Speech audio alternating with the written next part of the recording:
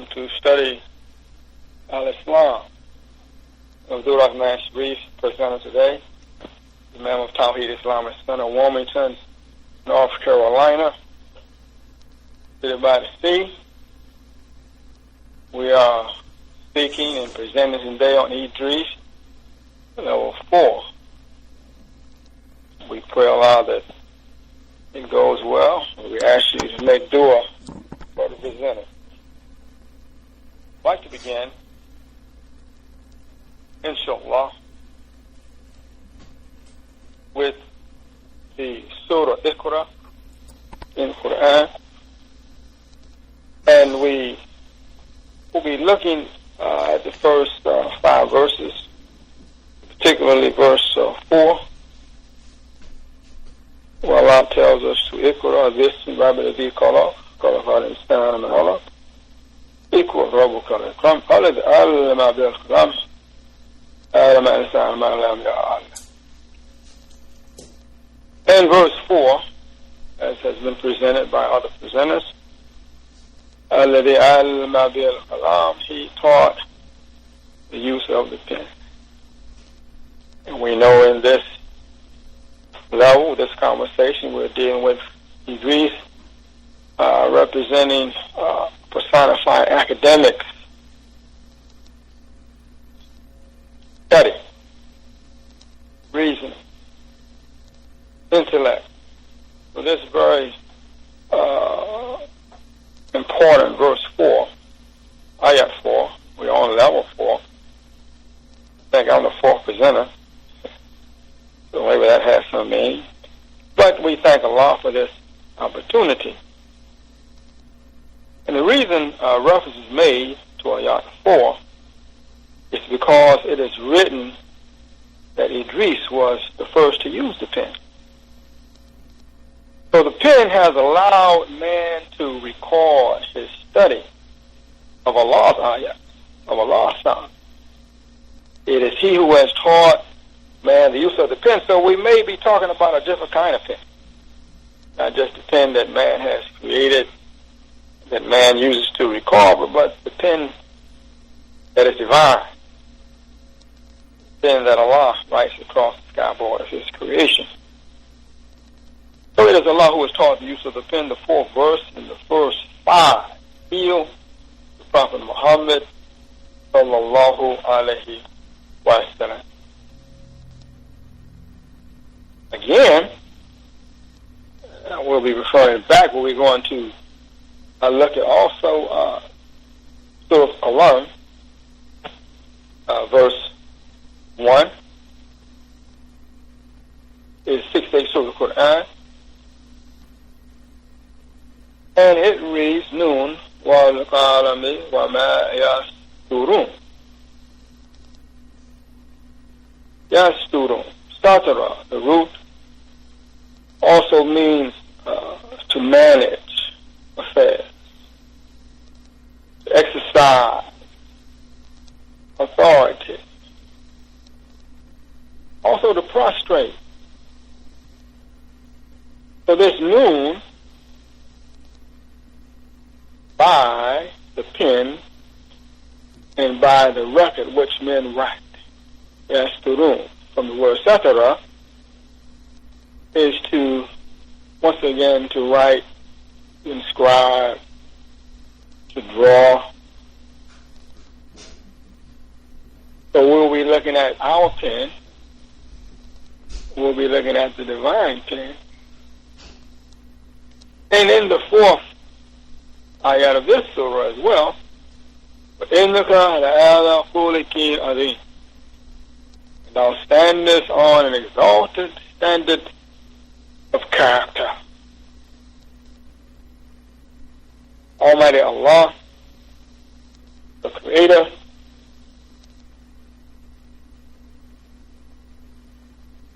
and said be.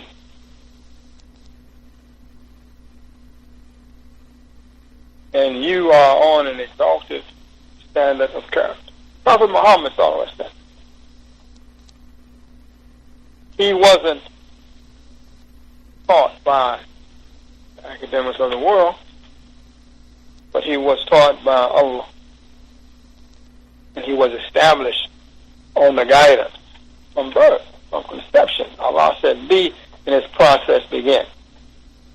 So we see this in on the level and the rise of the prophet, or these types, these persons, or these communities, reaching, striving to ascend to the level of Prophet Muhammad. So now, as we attempt to perceive and look into the abstract, what pen are we referring, and what ink are we referring to? Good question for the thinker, and we have been encouraged to think. Noon can refer to an abbreviated letter. Noon can refer to a fish. Noon can mean an ink holder or an ink stand. We're studying level 4 in the ascension. We're studying Idris. God willing, let us see Idris today, not only as a prophet, not only as a type. Let us see Idris today as a community in this presentation. Let us see ourselves as Idris, striving on level 4 and striving to go forward. So once again, referring to 68.1, Surah Al-Qalam, Noon wa qalimil wa ma yasturun. Known by the pen and by the record which men write. This particle, in this sense, was by the pen and by the record which men write. The particle why, when introducing symbols or signs, is representing to man a very strong appeal or urge. Turn to the higher life. It is really like an appeal to the intellect to look for higher meaning in what we are observing. Even more, it is a firm, strong directive for us to do something that will open a way for great benefit in striving for nearness and obedience to Allah. So again, noon, by the pen and by the record which men write. Ink stand, ink holder. That's what we need. But that's not what Allah needs. Allah has no need. He says be, and it is. But Allah very softly, very gently, but yet in a sense that we understand very strongly, appeals our intellect. He urges us to look at what He has revealed in the creation.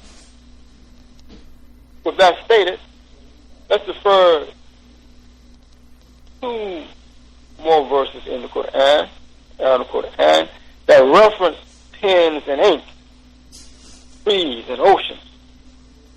And the first is Surah Al-Kahf 18:109. Say, if the ocean were ink, wherewith to write out the words of my Lord, sooner would be the ocean would be exalted than would be the words of my Lord. Even if we added another ocean like it for its ink.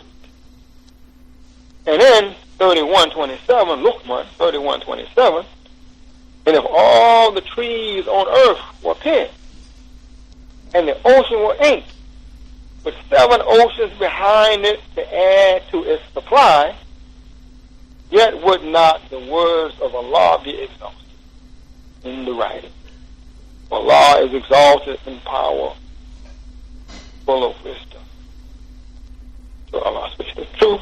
So our pen, by which we as a community write and record, based on our perception that allows us to conceive ideas, programs, and discovery for the benefit of mankind.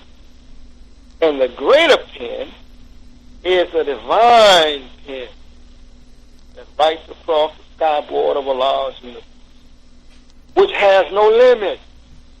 The divine ink of Allah's revealed ayah will always beckon us and call and urge us to go further as we continue to pursue the excellence of our human potential. No matter how far we go, this universal call will not end. The words will not be exhausted. So we are now Idris. We are now Idris, arriving academically, expressing the dynamic spirit of the African American soul. Allah, the Most High, has established Imam Muhammed on the guidance following Quran and Uswa Prophet Muhammad ﷺ for the liberation of our souls, that we might ascend as a community by the divine will of Allah. Reading and studying Allah's divine pen as He writes across the skyboard of His creation, for us to get to know Him, for us to find Him, everything in mercy and knowledge, for us to know and find Him. In Surah Al-Kahf, Prophet Muhammad ﷺ, it was revealed to him, say, I am but a man like yourself, but the inspiration has come to me that your God is one God. قل إنما أنا بشر مثلكم يوحى إلي أنما إلهكم إله واحد. I am but a man. Say I am but a man, like yourself. But the inspiration has come to me that your God is one God. So we are inspired. We are inspired to write. We are inspired to record. But the pen that we're making use of is the pen that Allah writes.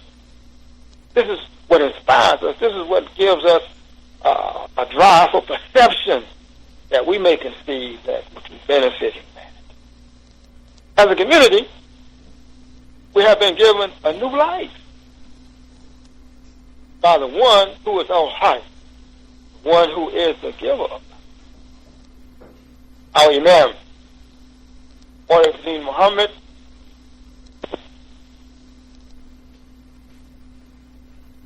may Allah grant him the highest of spaces in the afterlife. He said, give his soul a good life. A good life. Let us be Idris.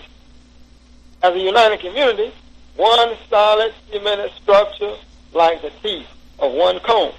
Let us intellectually be endowed, strong in compassion, pursuing excellence through study of the divine pen of Allah that spreads the ink across the divine, that spreads the ink of His divine ayah across the universe. Mercy and knowledge. Let us carry the soul of our Imam to the destiny. Let us continue to ascend the 7 levels of ascension and stand with him and follow Prophet Muhammad ﷺ in Salat. Allahu Akbar. So Idris, we've been given some idea of his name before, so it may sound somewhat repetitive, but Idris from the root word darasa. Study. Read. Read with attention. To teach. Attentive study. The word in its related forms refers to attentive diligent reading and study. And by the grace of Allah, it produces great learning that is reflected in the pen that records, of which men write in time by the pen that as a community we will write. Inshallah. And Allah subhanahu wa ta'ala, highly glorified is He, the one who has taught man the use of the pen and all of its exponential rise to the exalted standard of character that culminated in the life of Prophet Muhammad sallallahu alaihi wasallam, that we are as a community striving to reach. Now again, let us be Idris and also and study. We want to refer now to Quran. We want to look at an ayat that represents this calling, this urging. One of many in our Quran, where Allah the Most High gives a directive in the revelation to Prophet Muhammad sallallahu alaihi wasallam, mercy to all humanity, that appeals to our intellect, urges observation and study. We'll be looking at Surah Al-Baqarah, the second Surah, Ayah 164. We won't try to read the whole ayat in Arabic, but we'll be mentioning some words. But we want to pay close attention to this ayat. It's full of directive science. It's full of urging. It's full of appealing to our intellect. So it begins, the first part of this ayat, we want to read to 164. Behold, in the creation of the heavens and the earth, in the alternation of the night and the day, in the sailing of ships through the ocean for the profit of mankind, in the rain which Allah sends down from the sky, and the life which He gives therewith to an earth that is dead, in the beasts of all kinds that He scatters through the earth, in the change of the wind, in the clouds which they trail like their slaves. Between the sky and the earth, here indeed are signs for people that are wise. Signs for people that are wise. How do we become wise? How do we gain wisdom? You know, Allah says to us that we argue with wisdom and honorable behavior. How do we acquire this wisdom? We have to study. And the best study is what Allah has written for us to study. And out of what He has written comes volumes and volumes and volumes and volumes. So the universe, as we establish university, when we are writing and we're recording with our creative pen, but we are being taught the use of the pen through Allah's ayahs spread across His creation. Now, the first part of the verse, we behold in the alternation of night and day, behold in the creation of the heavens and the earth, in the alternation of night and day. Inna fi khalqi samawati wal ardi wa ikhtilafi layli wan nahar. Behold in the creation of the heavens and the earth, in the alternation of the night and the day. And this alternation, Allah points out to us, Allah appeals to us, look at this, study this, and perhaps out of our study we will come to a perception, and we will learn, and we'll express that now for the benefit of humanity. This alternation is like one is reading the other. It's like the day is reading the night, and the night is reading the day. It's like one following, reading, rehearsing the movement of the other. The night, the day, and the day, the night. The soul of Idris sees and reflects on the beauty of Allah's glorious creation. Now we know this ayah was revealed to Prophet Muhammad sallallahu alaihi wasallam. But we're just talking about the academic reality of Idris. The academic reality of us as a community. We are seeing this. You know, okay, understand? We're dealing with the third person here. And we are the Idris now. So the soul of Idris, our collective soul, we see and we reflect on the beauty of Allah's glorious creation.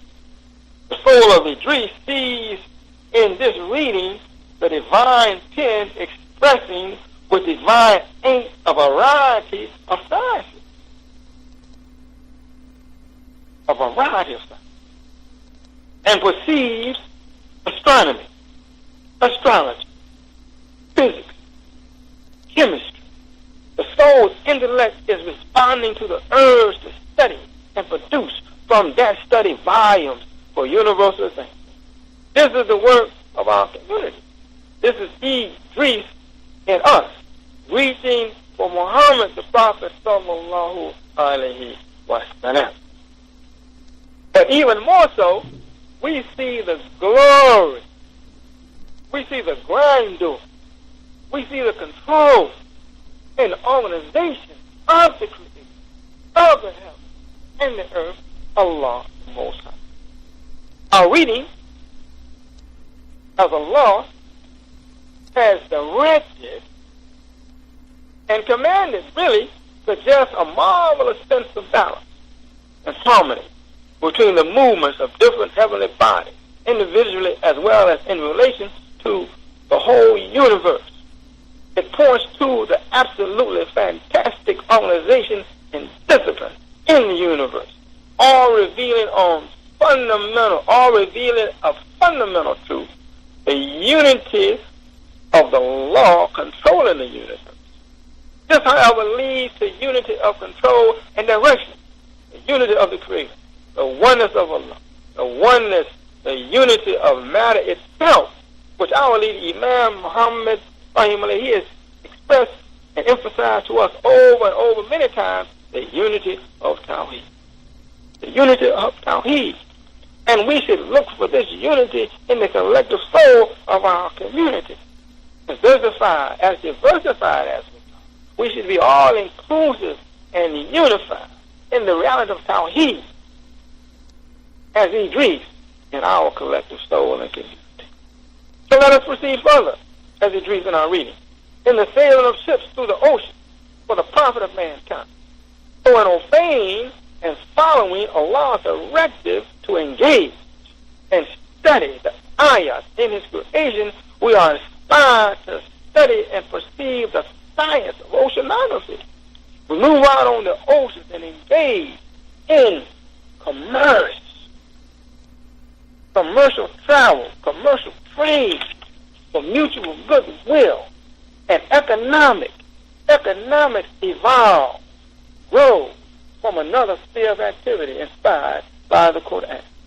And all the wonderful fish and flesh of the sea and ornaments for consumption and distribution of goods across the globe by way of sea navigation and ocean travel, shipbuilding and navigation on the ocean's channels, al-Islam through honest trade, exploration, and business spread to regions across the globe, and the exchange of healthy, social, and pure relationships based on principles of honesty, justice, and equality became a worldwide phenomenon second to none.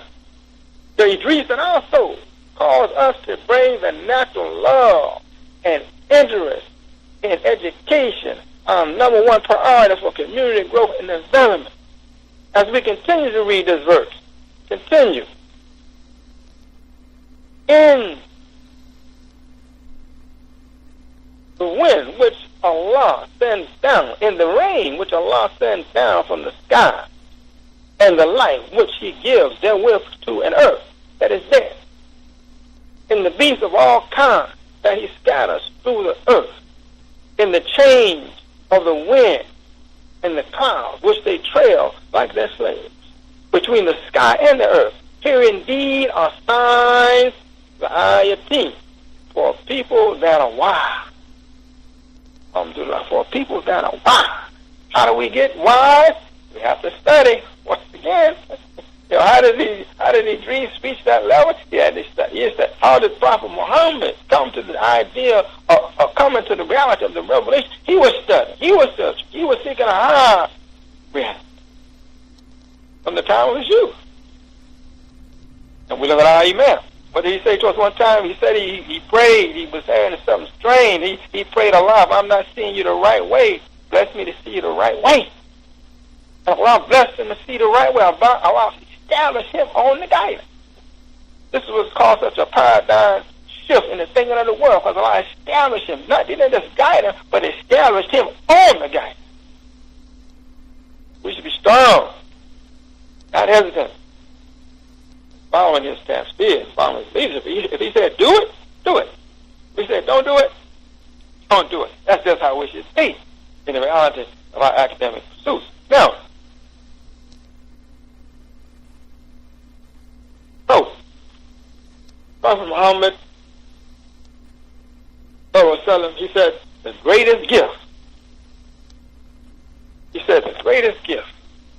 My God, time is getting short. The greatest gift that Allah has given to man is his intellect, his ability to think, his ability to reason.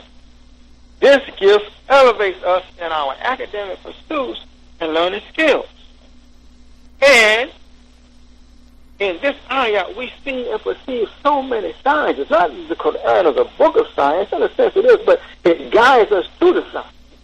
It guides us to so many subject matter criteria to study for the benefit of mankind. I look medicine, even in this ayah, medicine, agriculture, horticulture, zoology, biology, meteorology, botany, mineralogy, and the list goes on and on and on and on and on. And the divine pen and ink will never run out. Will never be exhausted.